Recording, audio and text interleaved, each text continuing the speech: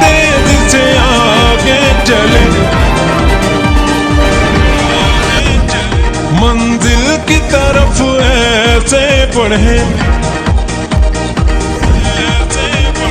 लम्हों की तेजी से आगे चले, मंजिल की तरफ ऐसे बढ़े। मौका मिला हमको तो चलो बचाएं जिंदगी को, चलो बचाएं जिंदगी को।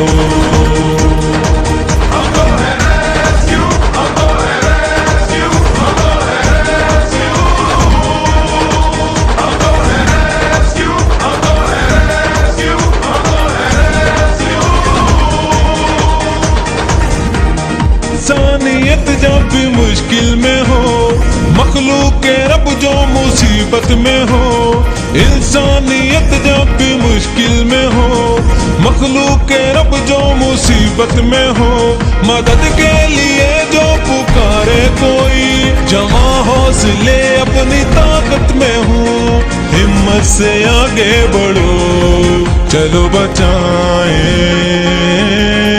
जिंदगी को, चलो बचाएं जिंदगी को।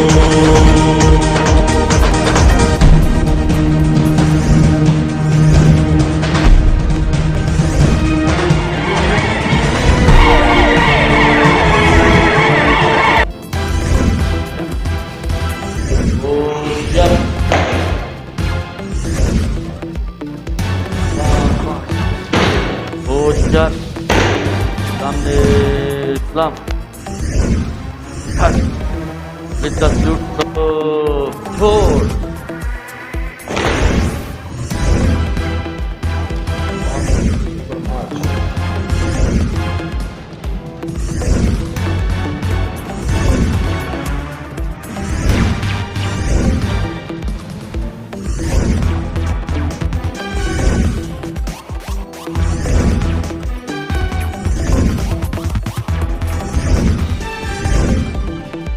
रहमान रहीम, आपका मेज़बान सैयद हैदर रज़ा ज़ैदी, और आज आपको प्रोग्राम दिखाना है, लोगों तक पहुंचाना है कि हमारे रेस्क्यू के जवान 1122 वाले जो आप लोगों तक खिदमात पेश कर रहे हैं, उन तक हम रसाई करेंगे, उनकी मुश्किलात, उनकी परेशानियां आप तक पहुंचाएंगे।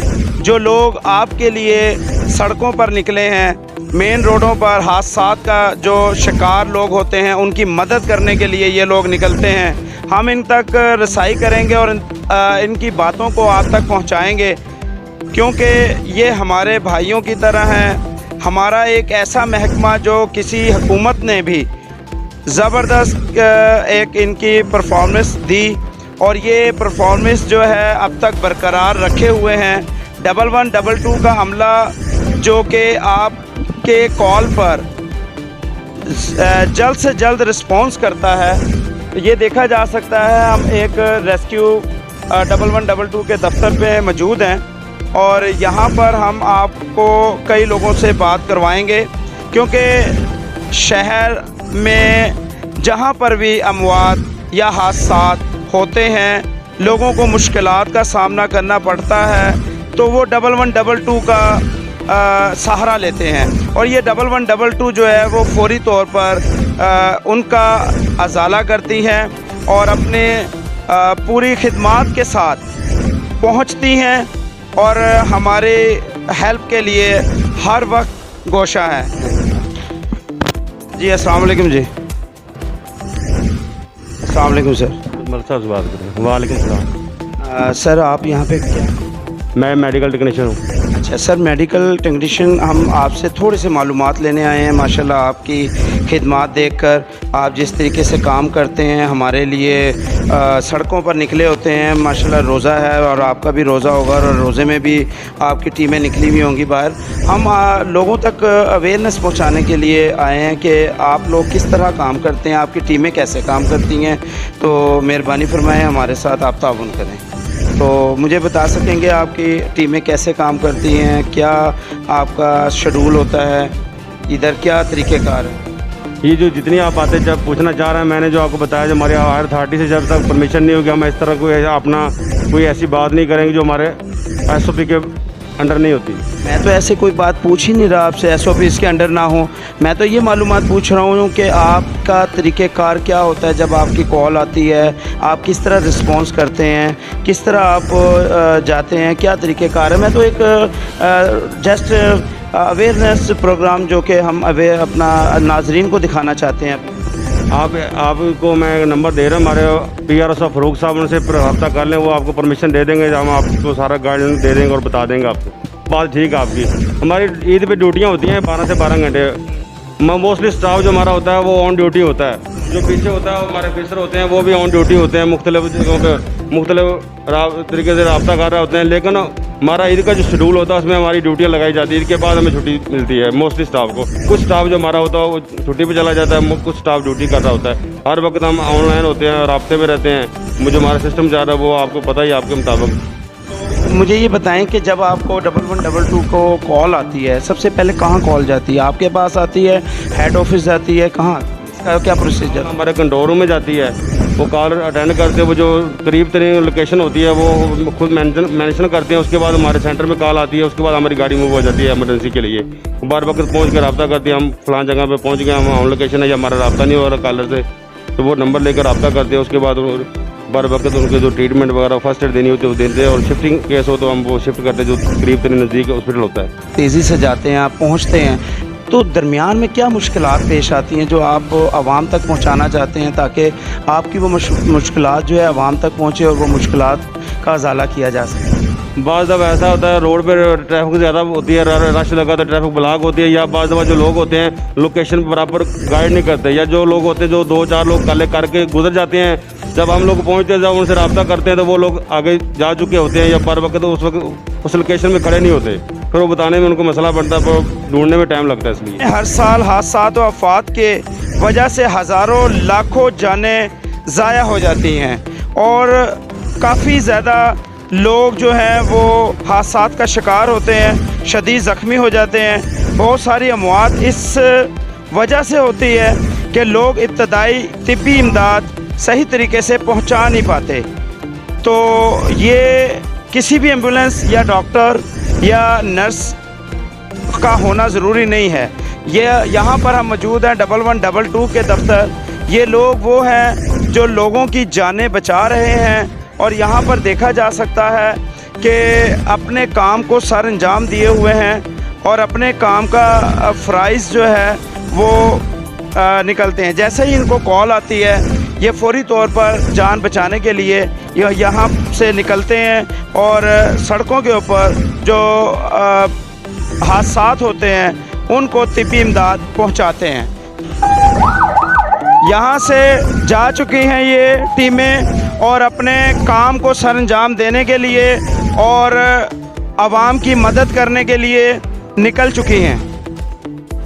रेस्क्यू 1122 की गाड़ियाँ एक्टिव खड़ी हुई थी। इस रिस्पेक्टेबल अदारे में हमने काफ़ी देर गुजारी और हमने देखा कि 1122 के रेस्क्यू के जवान मुकम्मल तौर पर SOPs पर अमल किए हुए हैं और इनका डिसिप्लिन देखने में आया तो मुझे ऐसा लगा कि जैसे मैं किसी फ़ौज के अदारे में मौजूद हूँ और ये हर अपनी टीमों के तरह मिलकर टीमों के साथ काम कर रहे थे। इनकी गाड़ियाँ टोटल एक्टिव खड़ी हुई थी और हर शख्स अपने काम में मशगूल था और रियाज साहब एक बाकिरदार नफीस शख्स हमें महसूस हुए और उन्होंने बहुत अच्छी तरह हमें गाइड किया और तमाम अदारे की खासियत, फैसिलिटीज़ और इसके अलावा तमाम काम वो जिस तरीके से अंजाम देते हैं उन्होंने हमें उन कामों में शामिल किया। इंटरव्यू के बाद उन्होंने हमें फॉल इन दिखाई कि जब भी हमारी शिफ्ट बदलती है हम फॉल इन करके और फिर शिफ्ट का आगाज़ करते हैं। तो हम आपको भी नाज़रीन दिखाएंगे कि फॉल इन की किस तरह जाती है। आए देखिए। बिस्मिल्लाहिर्रहमानिर्रहीम। रहीम कुल हुवल्लाहु अहद अल्लाहुस समद लम यलिद वलम यूलद वलम यकुल लाहु कुफुवन अहद सदकल्लाहुल अज़ीम।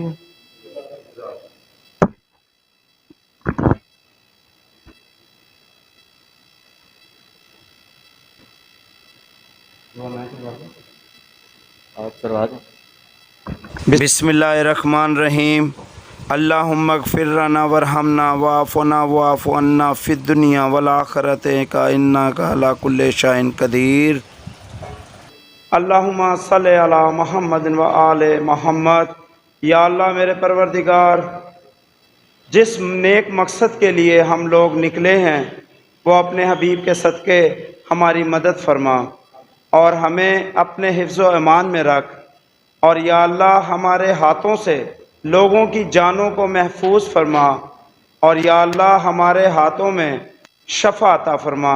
बेशक तू सबसे ज़्यादा बेहतर हिकमत वाला और शफ़ा वाला है। अल्लाहुम्मा सल्लि अला मुहम्मद व आले मोहम्मद आमीन सुम्मा आमीन।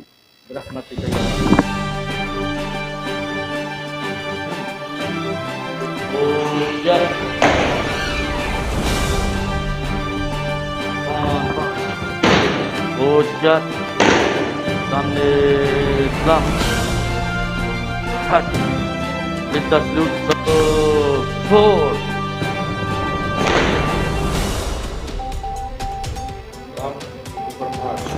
जी अस्सलाम वालेकुम सर। जी वालेकुम सलाम। सर हमें कुछ आपसे मालूमात पूछनी थी, अगर आप हमारे नाज़रीन तक वो मालूमात पहुंचाएंगे तो हमारे लिए बहुत ज़्यादा अहम होगी।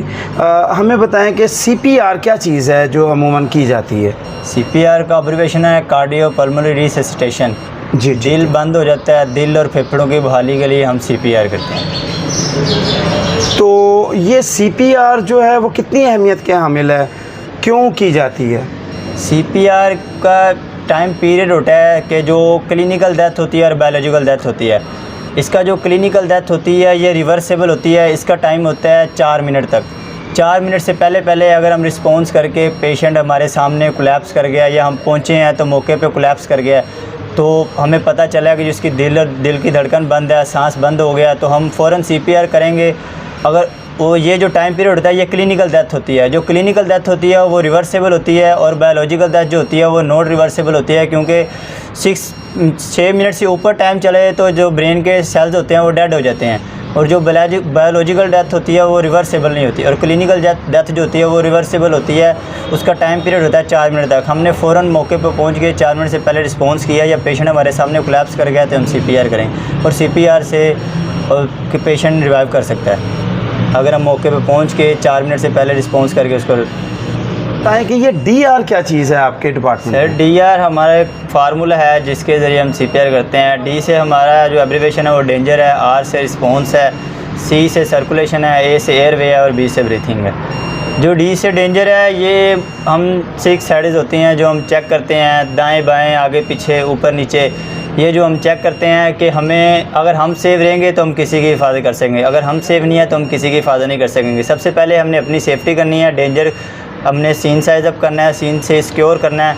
अगर हमें लगेगी कि जगह सेफ है, बिल्डिंग कोलैप्स नहीं होगी, पेशेंट अंदर है, हमें पहले सीन साइज अप करेंगे। उसके बाद हम रिस्पॉन्स देखेंगे। पेशेंट के बाद पहुँच गए हैं हम, रिस्पॉन्स का जो हमारा फार्मूला है वो AVPU है। A से पेशेंट होता है अलर्ट और V से होता है वर्बल, P से पेनफुल और U से अनरिस्पॉन्सिबल।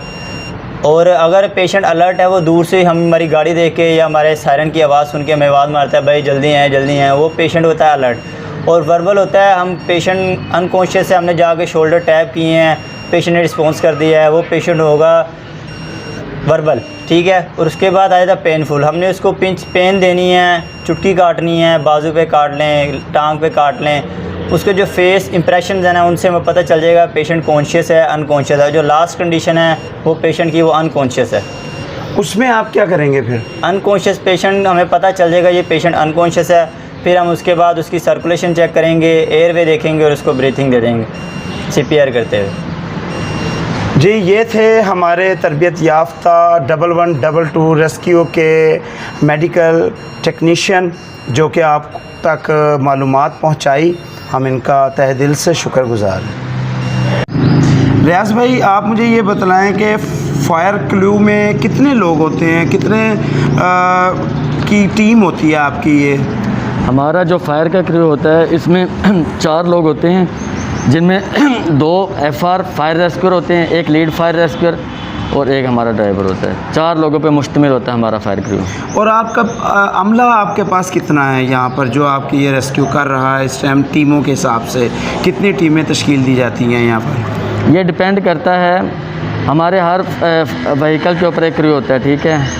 और अभी अगर आप मुझे कहें कि सिर्फ इस स्टेशन पे, तो इस हर व्हीकल के ऊपर एक उसके हिसाब से क्रू है। जिस तरह के आपने देखा एम्बुलेंस है, तो एम्बुलेंस में मेडिकल टेक्नीशियन और उसका ऑपरेटर होगा, ठीक है। अगर हमारे पास 3 व्हीकल्स हैं तो हर व्हीकल पे 2-2 कर सकते हैं आप, ठीक है। इसी तरह ही फायर व्हीकल के ऊपर उसका फायर क्रू होगा।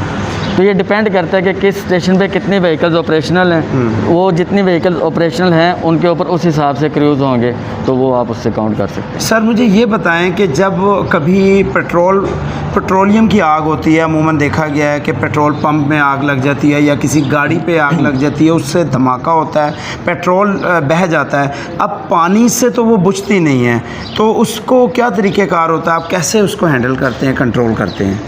जी बिल्कुल, उसके ऊपर हम aqueous film farming foam AFFF बोलते हैं हम उसको। अच्छा, उसको यूज़ करते हैं। इसका नाजरीन को दोबारा बताइएगा। Aqueous film farming foam AFFF, ठीक है। इसको मिक्स करके पानी के अंदर हम उसके ऊपर यूज़ करते हैं और ये झाग बनाता है काफ़ी ज़्यादा और स्मदरिंग एक्शन होता है, उसको एयर नहीं मिलने देता। स्मदरिंग एक्शन के ज़रिए उसको कंट्रोल किया जाता है। जो माया की आग होती है, पेट्रोलियम की आग होती है, उसके ऊपर हम ये AFFF यूज़ करते हैं। नाजरीन, आपने देखा कि जिस तरीके से इन्होंने बहुत अच्छे तरीके से गाइड किया। आम तौर पर हम देखते हैं कि आग को बुझाने के लिए यूज़ किया जाता है सिर्फ़ और सिर्फ पानी, लेकिन यहाँ पर देखेंगे आप कि पानी हर चीज़ का हल नहीं है। और जिस तरीके से हमारे इन्होंने तरबियत याफ्ता 112 के रेस्क्यू जवान ने हमें बताया, हम ये अवेयरनेस लोगों तक पहुंचाएंगे कि पेट्रोलियम की आग को बुझाने के लिए जिस तरह का फार्मूला इन्होंने बताया, ये ज़्यादा ज़रूरी था। तो सर, अगर हम ये देखें कि अमूमन केमिकल आग या कोई जो है वो इलेक्ट्रिकल शॉर्ट की वजह से आग लग जाती है, वो मुझे बतलाएं कि उसको किस तरह आप कंट्रोल करेंगे? इलेक्ट्रिकल की फायर के ऊपर हम यूज़ करते हैं, उसके लिए डिफरेंट किस्म के एक्सटिंग्विशर हैं। हर फायर डिपेंड करती है कि उसके ऊपर किस तरह का हमने यूज़ करना है extinguisher. DCP dry chemical powder हम इस्तेमाल करेंगे इसके ऊपर, ठीक है। CO2 भी इस्तेमाल कर सकते हैं, CO2 कार्बन डाइऑक्साइड। जी बिल्कुल, ये फायर एक्सटिंग्विशर है, ठीक है। ओके सर, मुझे ये बताएं, जब आपको कॉल आती है क्या प्रोसेस होता है आपका? किस तरह आपने उसको हैंडल करना होता है? किस तरह कंट्रोल करके आपकी टीमें जो हैं आप तश्कील देते हैं टीम को, और फौरी तौर पे बर वक्त जो है वो आप पहुंच जाते हैं उस जगह पर जिस जगह ये हादसा होता है? जी, जैसे ही आपकी कॉल कंट्रोल रूम में जाती है तो वो आपकी कॉल लेते साथ ही हमें वायरलेस पे और मोबाइल पे आपकी कॉल आगे ट्रांसफ़र कर देता है हमारे मोबाइल के ऊपर।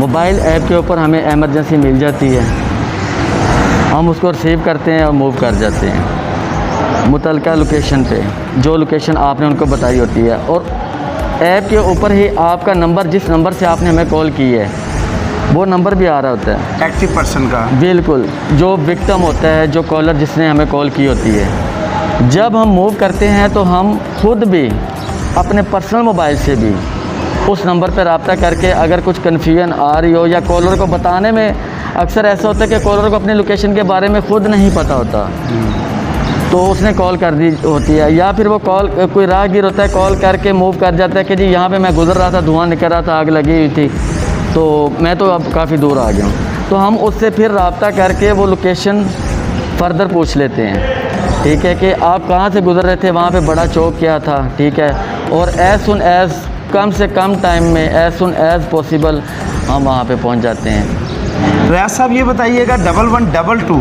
ये जो 1112 का जो हिस्सा है, इसका मतलब या हम कह लें कि ये जो नंबर आपको मिला है वो क्यों, और इसके बारे में लोगों को बताइएगा।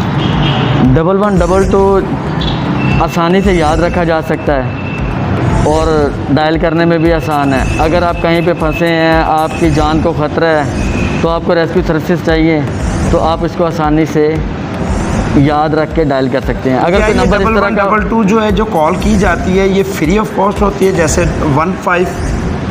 ये फ्री ऑफ कॉस्ट है। ठीक है। और अगर हम मोबाइल से करते हैं, इसके बारे में आप क्या कहते हैं? मोबाइल में इसके चार्जेस कटते हैं? फ्री ऑफ कॉस्ट है। अच्छा। रियाज साहब, मुझे ये बताएं कि लोगों को किस मौके पर आपको बुलवाना चाहिए? रेस्क्यू को अगर आपकी जान को ख़तरा है, मसलन अगर कोई पुलिस मतलब है कि एक डाकू आ गया है और वो अपना गन निकाल के उस बंदे को लूट रहा है, तो क्या आपको बुलाना चाहिए? उसको 15 पे कॉल करनी चाहिए, 15 पुलिस पे कॉल करनी की चाहिए। खिदमत लेनी। नाजरीन, हमारे पाकिस्तान के अंदर दो आपकी खिदमत के लिए दो अदारे हैं जो 1122, एक अदारा जो आपकी खिदमत के लिए है और दूसरा 15 जो कि पुलिस का अदारा है। ये हम मालूम करेंगे कि आपको किस के लिए बुलाना चाहिए। सर, अगर कहीं पे आग लग जाती है या किसी की जान को खतरा है, कोई विक्टिम है, कोई इंजर्ड हो जाता है, कोई डूब रहा होता है, ठीक है, उसके लिए रेस्क्यू सर्विसेज हाजिर हैं। और अगर क्राइम्स हैं, जिस तरह आप बता रहे थे कि कोई चोर है, डाकू है और ऐसा मामला है, तो फिर उनको 15 पुलिस को कॉल करनी चाहिए। ठीक है। सारी दुनिया के अंदर पाकिस्तान के अलावा भी इंसानी ज़िंदगी बहुत अहमियत रखती है, और अब हमारे पाकिस्तान में जो ये 1122 का अदारा तश्कील दिया गया, इसके ज़रिए हमारी ज़िंदगियां और हमारे मुश्किलातों में जो आसानियां पैदा हुई वो इन लोगों की वजह से हैं। 1122 का अदारा खिदमात पेश कर रहा है जो कि आपके तमाम रोडों के ऊपर या आपके घरों में कोई हादसात होते हैं, आपको उसकी फ़ौरी तौर पर ज़रूरत पड़ती है, तो आप 1122, क्योंकि ये नंबर आपको ऐसा दिया गया है ताकि आपके जहनों के अंदर पवस्त हो जाए और आपको याद रहे। 15 भी आपको ऐसा ही नंबर दिया गया है। तो नाजरीन, 1122 को याद रखें। यही है हमारे मुहाफ़िज़ जो हर टाइम अपनों से पहले अपने बनकर आपके पास आते हैं। ऐसे ही प्रोग्राम देखने के लिए मज़ीद देखते रहें M61 न्यूज़ चैनल HD, और आपका मेज़बान सैयद हैदर रज़ा ज़ैदी, और आप देख रहे हैं जुर्म की पकड़ प्रोग्राम। मैं यहाँ पर शुक्रगुज़ार हूँ 1122 के उन के अहकाम बाला से जिन्होंने मेरे साथ ताउन किया। बाकायदा हमें वो तमाम हक़ाइक़ जो है वो दिखाए जो हमें तमाम नाज़रीन तक पहुँचाने थे। मैं शुक्रिया कहूँगा DG Punjab emergency service rescue 1122 doctor Rizwan Naseer sahab से। मैं शुक्रिया कहूँगा REO डॉक्टर आज़म साहब से। मैं शुक्रिया कहूँगा DEO शाहिद वहीद कमर साहब से। मैं शुक्रिया कहूँगा स्टेशन इंचार्ज उज़ैर खालिद साहब से, और मैं शुक्रिया अदा करूँगा IO उस्सामा ज़िया साहब से, और मैं शुक्रिया अदा करूँगा रियाज़ अहमद LFR से, और मैं शुक्रिया अदा करूँगा EMT अशफाक साहब से कि उन्होंने हमें तमाम हक़ाइक़ से आगाह भी किया, इंफॉर्मेशन भी दी और वो अवेयरनेस की चीज़ें बताई जो हमने अपने आवाम तक पहुँचाने का आवाम से वादा किया था। बहुत शुक्रिया। हम उम्मीद करेंगे कि इसी तरह हमसे ताउन किया जाएगा ताकि हम आवाम तक आपके खिदमात पहुँचाते रहें। हम खराज तहसीन पेश करते हैं इन तमाम अहकाम बाला को जो हमें सर्विस मुहैया कर रहे हैं और हमारे पाकिस्तान में ये सर्विस मुहैया करते हुए हम लोग बहुत महसूस करते हैं। बहुत शुक्रिया आपका मेज़बान सैयद हैदर रज़ा ज़ैदी।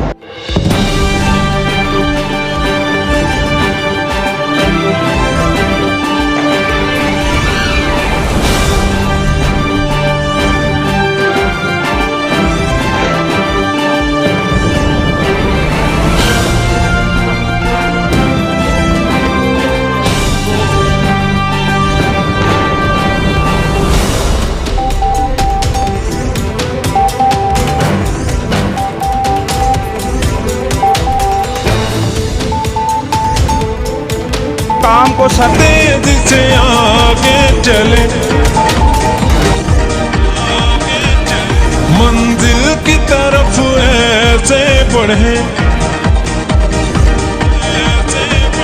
लम्हों की तेज से आगे चले, मंजिल की तरफ ऐसे बढ़े। मौका मिला हमको तो चलो बचाएं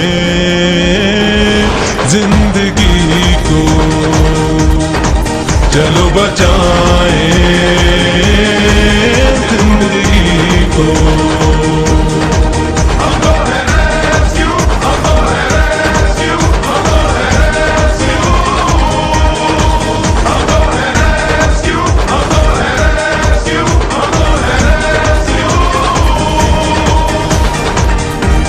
इंसानियत जब भी मुश्किल में हो, मखलूक के रब जो मुसीबत में हो, इंसानियत जब भी मुश्किल में हो, मखलूक के रब जो मुसीबत